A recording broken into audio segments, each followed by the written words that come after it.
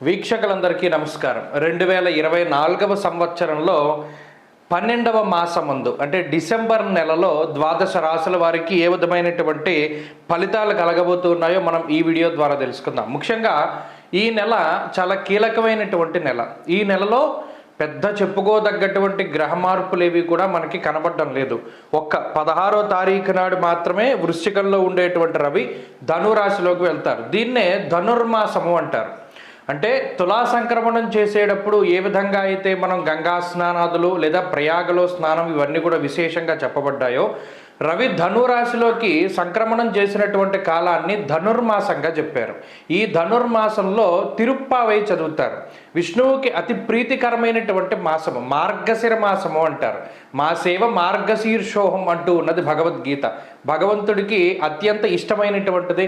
అలాగే ఈ ధనుర్మాసంలోనే మార్గశిర మాసంలోనే గీతా జయంతి వస్తుంది, ఏకాదశికి, పౌర్ణానికేమో దత్త జయంతి వస్తుంది. ఇలా విష్ణుమూర్తికి సంబంధించినటువంటి అవతారాలలో చాలా ముఖ్యమైనటువంటి అవతారాలకి సంబంధించినటువంటి విషయాలతోటి ఈ ధనుర్మాసము లేదా మన డిసెంబర్ నెల అనేటువంటిది ప్రాశస్త్యాన్ని సంపాదించుకున్నది. ఇంకొక ముఖ్యమైన విషయం ఏంటి అంటే, మార్గశిర మాసంలో అనగా ఈ డిసెంబర్ నెల 2వ తారీఖు దగ్గర నుండి ప్రారంభమయ్యేటువంటి మాసంలో మార్గశీర్షే మహద్భయం, ఎటువంటి గృహారంభాలు చేయకూడదు, అంటే శంకుస్థాపనలు చేయకూడదు. గృహ ప్రవేశాలు చేయడానికి కూడా 16వ తారీఖు లోపు మాత్రమే ప్రశస్తమైనటువంటి కాలము. ఎందుకంటే అధమ పక్షంలో, అది కూడా మార్గశిర మాసంలో గృహప్రవేశం అనేటువంటిది కొన్ని గ్రంథాల్లో అధమ పక్షంలో చేయమన్నాడు. అంటే ఇక కాంటబట్టు మనకు అవకాశం లేదు అనుకునేటప్పుడు చేయమన్నాడు. కాబట్టి 16 లోపే గృహప్రవేశాదులు చేయాలి. గృహారంభం అంటే శంకుస్థాపనలు చేయడానికి ఈ మాసం ఎంత మాత్రము కూడా పనికిరాదు. ఉన్న ముహూర్తాలు కూడా అంత గొప్పగా లేవు. కాబట్టి ఆ విషయం ఒకటి దృష్టిలో పెట్టుకోవాలి. ఇంకొక ముఖ్యమైన విషయం ఏంటి అంటే, ఈ మాసంలో 16వ తారీఖు దగ్గర నుండి సంక్రాంతి నెలపడతారు. అంటే ఏ విధమైనటువంటి శుభ కార్యక్రమాలు ఆచరించడానికి కానీ అది యోగ్యమైనటువంటి కాలము కాదు. కాబట్టి అటు ఆ సంక్రాంతి నెలపట్టేది చూసుకున్నా లేదా ధనుర్మాసం లెక్కలో చూసుకున్నా, ద్విస్వభావేతు నిందితం, రవి ద్విస్వభావంలోకి వెళుతున్నప్పుడు ఆ రకంగా చూసుకున్నా 16వ తారీఖు దాటిన తర్వాత శుభ కార్యక్రమాలు చేసుకోవడానికి అంత యోగ్యమైనటువంటి మాసము కాదు. ఈ విషయాలన్నింటినీ కూడా, అంటే ఒక నెల ప్రారంభం అయ్యేటప్పుడు ఈ విషయాలన్నీ మనం దృష్టిలో పెట్టుకోవాలి. అలాగే ఈ మాసంలో ఇందాక మనం చెప్పుకున్నట్టు 16వ తారీఖు వరకు రవి వృశ్చిక రాశిలో సంచారం చేస్తారు. 16వ తారీఖు దాటిన తర్వాత ధనుర్రాశిలోకి ఆయన సంచారం చేస్తారు. ఇది ఒకటే మేజర్ ట్రాన్సిట్. మిగతా గ్రహాలన్నీ గత మాసంలో మాదిరిగానే ఉన్నాయి. గురుడు వక్రించి వృషభమందు, అయితే ఈ మాసంలో కుజుడు వక్రించబోతూ ఉన్నారు. మనం చెప్పుకున్నాం కుజస్తంభన గురించి. ఈ మాసంలోనే డిసెంబర్ నెలలోనే కుజుడు మరలా వక్రించి వెనక్కి వెళుతూ ఉంటారు. కానీ ఈ నెలలో అయితే కుజుని యొక్క మార్పు లేదు, మరలా మిథునంలోకి వచ్చే నెలలో వెళ్తారు. కేతువు కన్యా రాశిలోను, రవి బుధులు వృశ్చిక రాశిలోను, అలాగే శుక్రుడు మకర రాశిలోను, కుంభమందు శనేశ్వరుడు, మీనంలో రాహువు ఉన్నారు. ఇది అపసవ్య చక్రము అంటారు. ఈ అపసవ్య చక్రం ప్రకారం ఈ విధంగా చూసుకోవాలి. మరి ఇలా ఉన్నప్పుడు గ్రహస్థితి మేషాది ద్వాదశ రాశుల వారికి ఈ మాసం ఏ విధమైనటువంటి ఫలితాలు కలగబోతున్నాయో మనం ఇప్పుడు తెలుసుకుందాం. డిసెంబర్ మాసంలో వృశ్చిక రాశి వారి స్థితిగతులను పరిశీలన చేస్తే, జన్మరవి జన్మబుధుని యొక్క స్థితిగతులు కొంత ఇబ్బందికరంగా ఉన్నప్పటికీ ఈ రాశికి ప్రధానమైనటువంటి బలం ఏంటయ్యా అంటే, మనం గ్రహ సంపత్తిలో చూస్తే ఏ గ్రహము కూడా అంత బలం గల. జన్మరవి జన్మబుధుడు ఇబ్బంది పెడుతున్నారు. 16వ తారీఖు దాటాక రవి 2లోకి వెళ్తారు, అది ఇబ్బంది. తృతీయంలో శుక్రుడు యోగించే గ్రహం కాదు.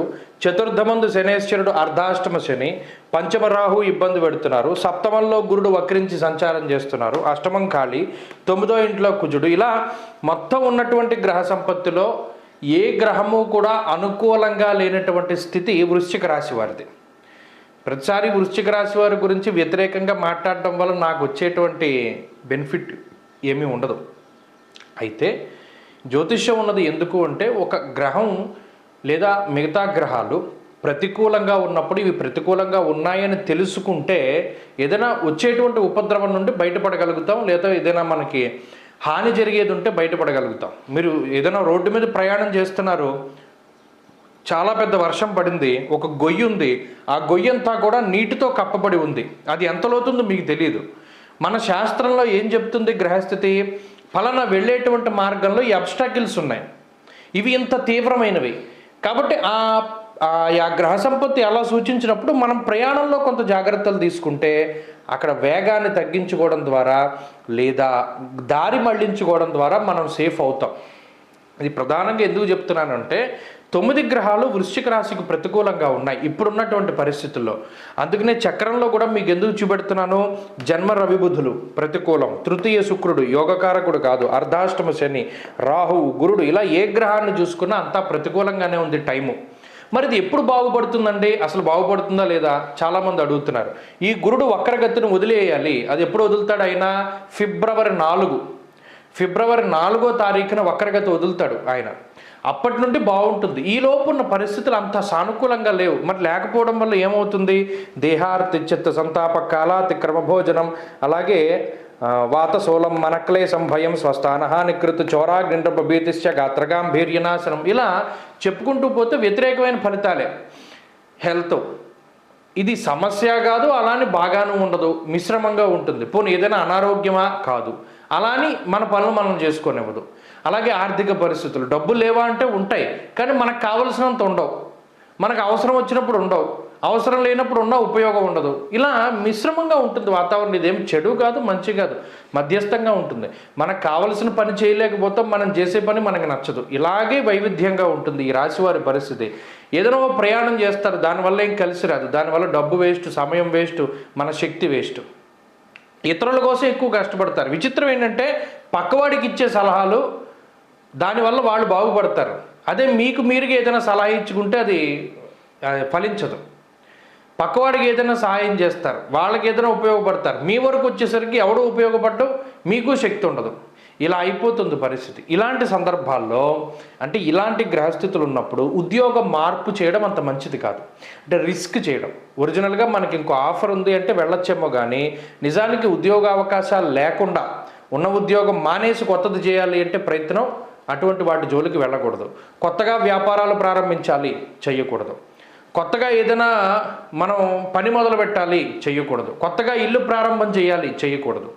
ఇలా ఏదైనా కొత్తగా చేయవలసిన పనిని అస్సలు చేయకుండా చేస్తున్న దానిలో శ్రద్ధగా మనం జాగ్రత్తగా నిదానంగా ముందుకు వెళుతూ, అలాగే ఎవరి మీద నిందారోపణలు చేయకుండా, చెప్పుడు మాటలు వినకుండా మౌనంగా మీ పని మీరు చేసుకుపోతూ భగవద్ధ్యానంలో ఈ నెలని గనక కొంత ముందుకు తీసుకెళ్ళగలిగితే రాబోయేటువంటి మాసంలో మంచి ఫలితాలు వస్తాయి. కాబట్టి ఈ నెల ఒకటి క్రూషియల్లో, ఈ నెలలో ఏ విధమైన కొత్త పనులు చేయకండి, ఎవరిని నమ్మి డబ్బు ఇవ్వకండి, ఏ వ్యాపారము ప్రారంభం చేయకండి, ఏ ఉద్యోగంలోనూ మార్పులు తేకండి. ఎలాగ నడిచిందో అలాగే నడవనివ్వండి, మంచి ఫలితాలు వస్తాయి. విఘ్నేశ్వర ఆరాధన చాలా మంచిది. వినాయకుడిని కనుక ప్రతిరోజు ఆరాధన చేసి చవితి తిథి వచ్చినప్పుడల్లా ఉండ్రాలు నైవేద్యం పెట్టి విఘ్నేశ్వరుడికి గరికతోటి అష్టోత్తరం చేసుకుంటే ఈ నెలంతా మంచి జరుగుతుంది. కాబట్టి ప్రతిరోజు గణపతి అష్టోత్తరాన్ని, అష్టకాన్ని, గణపతి స్తోత్రాన్ని పారాయణ చేయండి, మంచి ఫలితాలు సంప్రాప్తమవుతాయి. స్వస్తి.